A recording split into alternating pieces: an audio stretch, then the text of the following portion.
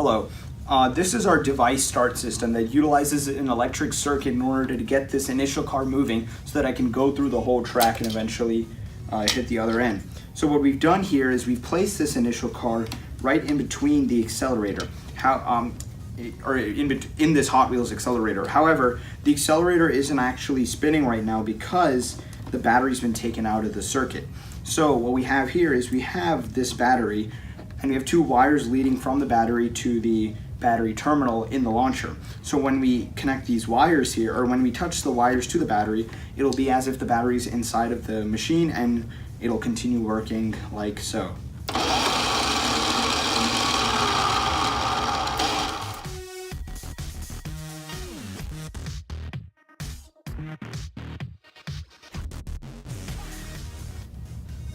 So the first energy conversion we have in our system is when the angular momentum of the accelerator translates into linear momentum for the car. So its momentum increases because it imparts an impulse, meaning that it actually will have a greater velocity as it leaves this initial accelerator.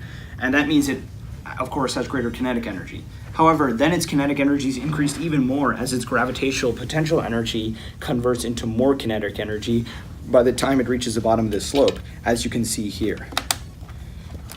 So as you can see here, it first has, so then it enters our second accelerator, which increases its kinetic energy that it has even more, because as it's rolling down the hill, this will be on, and it will allow the car to pass through and increase its speed, so even more so that I can go through this ramp.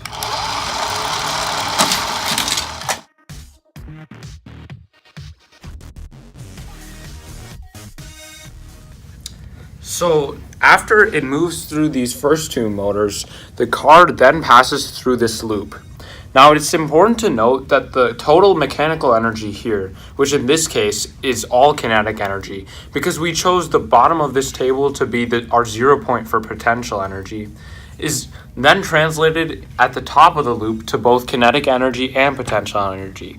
The reason is because the height of the car increases during this transition, and therefore it gains potential energy. But since the total mechanical energy of the system is conserved, the kinetic energy at the top of the system is thus decreased, as it is now it has been transformed into both kinetic and potential energy. Then the car exits the loop and goes into the last part of our system.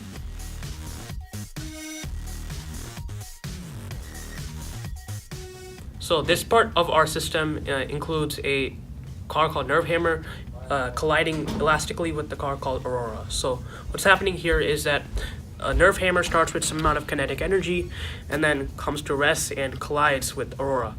So Aurora accelerates from almost zero velocity to the velocity of Nerve Hammer. So thus this is an elastic collision with almost all of the kinetic energy of Nerve Hammer being transformed into the kinetic energy of Aurora.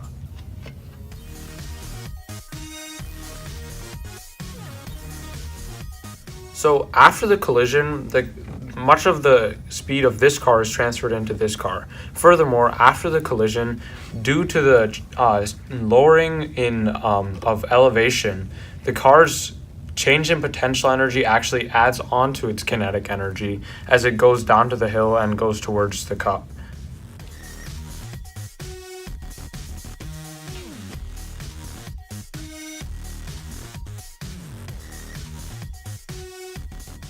So after the car linearly accelerates due to gravity, it has gained velocity, so it has enough horizontal velocity to basically fly from the end of the track and into the cup.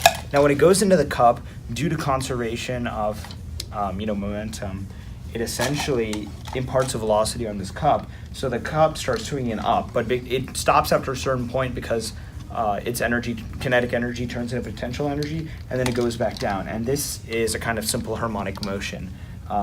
It's basically a pendulum.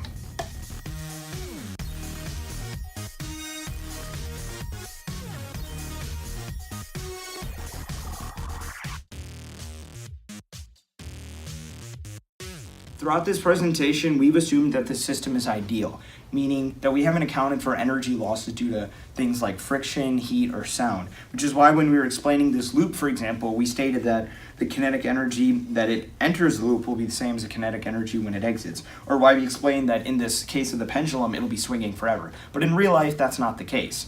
However, due to the system's limited size as well as scope, we're able to successfully go through the track, even though that there are some losses due to friction, heat, or sound, etc. When you put it all together, this is what it looks like.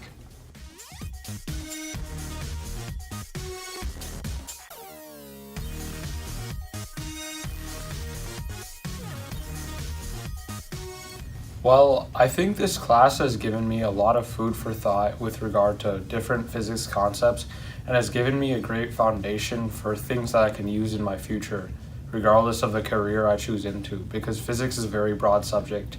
And so I think because of that, I will have a good foundation and will have put the right foot forward, and I think this class overall has been a good experience. So before this class, I kind of saw all those topics that we learned, like force and Newton's laws and everything. I saw it more in the abstract sense. But after this class, I understand, like, unlike other classes like language or other classes, which are more like for our education, this is more like we could actually use it practically in our everyday world in a lot of situations. And actually, this class has empowered me to continue my passion for electrical engineering, which can be seen as Kaushal and I actually going to the science fair and doing circuits. So this whole entire year in physics has taught me about a lot of different concepts, but what it's taught us most importantly is how to analyze the world in a scientific and analytical mind, because it's shown us that there's an order to everything around us, and I think that this has developed my interest in physics and only allowed me to explore this world even more throughout high school and college, and wherever the world takes me.